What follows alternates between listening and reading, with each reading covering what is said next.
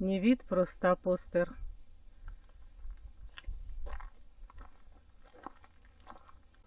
Привет! Мы поднялись на вершину горы Фавор. Большинство приезжает сюда ради базилики Преображения. Но чем дольше гуляешь по территории, тем сильнее понимаешь, здесь интересен буквально каждый камень. И вот что сразу бросилось мне в глаза. По дороге к базилике Преображения справа стоит небольшое каменное здание с крестом на крыше. На первый взгляд кажется, что это просто старая часовня. Но на самом деле перед нами один из немногих сохранившихся фрагментов огромного бенедиктинского монастыря, который построили здесь крестоносцы в XII веке. Когда в начале XX века архитектор Антонио Барлуцци проектировал современную базилику Преображения, он мог легко расчистить площадку и построить все заново. Но он сознательно оставил эту часовню нетронутой. Благодаря этому сегодня можно увидеть настоящее средневековое строение, которому почти 900 лет. И это лишь маленькая часть того, что когда-то находилось на вершине. В XII веке здесь стоял огромный укрепленный бенедиктинский приорат. Высокие стены окружали всю вершину, защищая монахов и многочисленных паломников, которые приходили поклониться месту Преображения. Но история на этом не закончилась. В начале XIII века сюда пришли аюбиды. Они решили использовать выгодное стратегическое положение Фавора и превратили всю вершину в настоящую военную крепость. Представьте себе, вокруг всего плато они возвели мощные стены, 13 башен и глубокий ров. Это была одна из самых серьезных крепостей региона, контролировавшая дороги к Акко. Когда идешь к базилике Преображения францисканского аббатства, слева видишь массивные каменные ворота. Обычно их просто проходят, не обращая внимания. А ведь это древние ворота ветров – Баб-эль-Хава. Именно через них на вершину входили монахи, рыцари, паломники, а позже – воины, защищавшие крепость. Правда, долго эта крепость не просуществовала. К концу XIII века султан Бейбарс разрушил укрепление, и постепенно гора снова превратилась в место паломничества. Но самое интересное ждет уже внутри современной базилики. Барлуцци не просто построил красивый храм, он постарался буквально соединить разные эпохи. Помните слова апостола Петра после Преображения? «Господи, хорошо нам здесь быть. Сделаем 3 кущи. Тебе одну, Моисею одну и одну Илии». Именно эта мысль легла в основу проекта.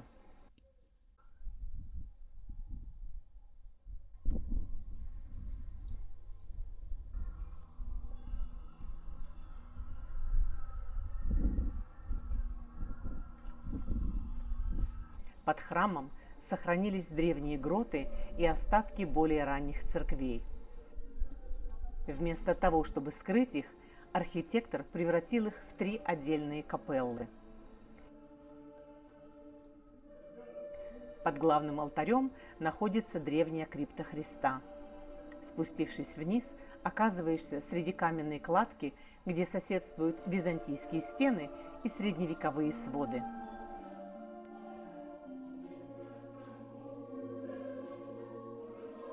В левой башне расположена часовня Моисея.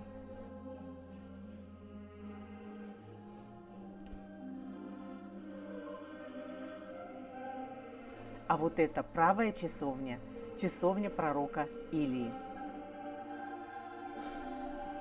Получается, что сама архитектура базилики напоминает те самые 3 кущи, о которых говорил Петр.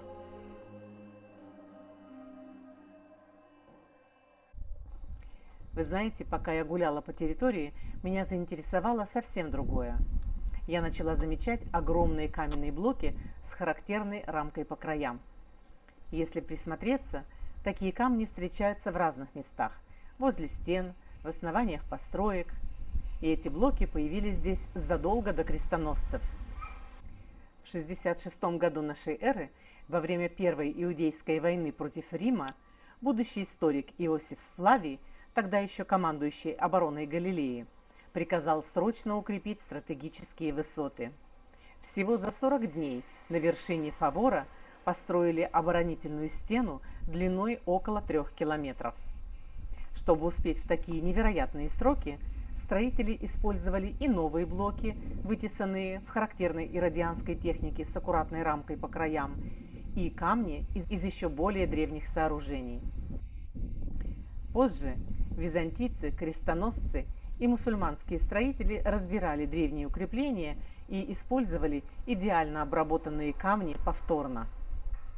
Поэтому сегодня один такой камень может оказаться в фундаменте часовни, другой в стене монастыря, а третий в основании крепостной башни. Получается, прогулка по Фавору превращается в настоящий поиск следов разных эпох. Ты смотришь не просто на руины. Перед тобой одновременно римляне, Иосиф Флавий, византийцы, крестоносцы, аюбиды и современная базилика Барлуцци. И именно это, наверное, больше всего поражает на Фаворе.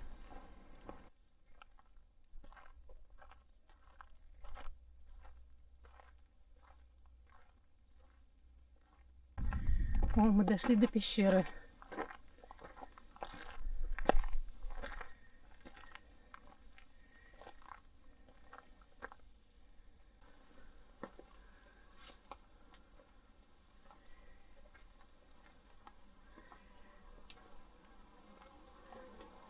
Ой, сколько здесь мух.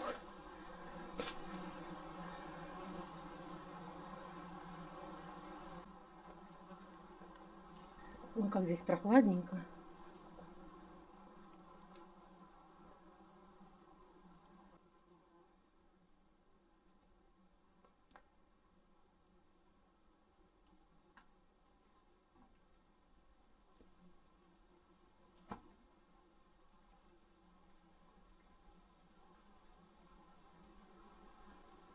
Смотрите, как свод выложен.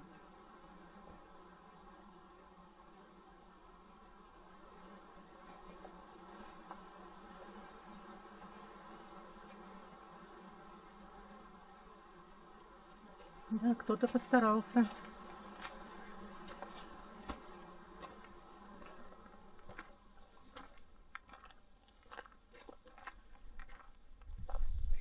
Ну, на свежем воздухе приятнее.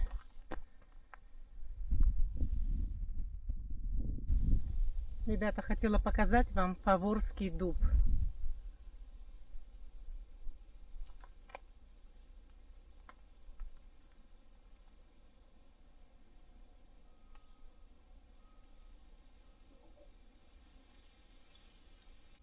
Друзья, для полноты ощущений я рекомендую вам сделать здесь круговой маршрут. Это черная разметка, маршрут короткий, недолгий, легкий, но вы почувствуете просто энергетику этого места, напитаетесь ее силой. А это оливы.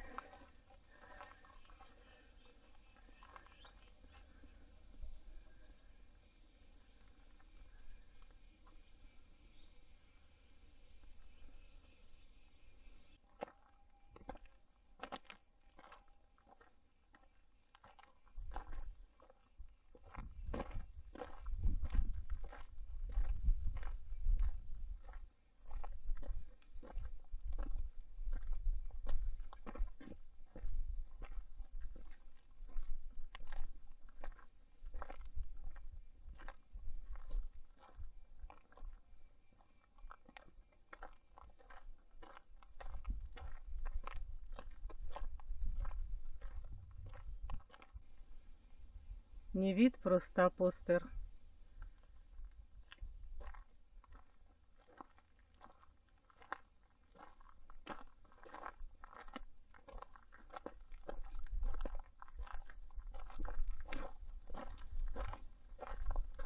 Да, и вон он, Назарет. Город, в котором жил Иисус. и где Мария получила благую весть. Друзья, на этом наше маленькое путешествие подошло к концу. Кто еще не подписался на канал, если вам это интересно, обязательно подпишитесь, поставьте лайк и прокомментируйте. Помогите YouTube найти заинтересованную аудиторию. Всем пока! Увидимся в следующих путешествиях. Самое интересное еще впереди.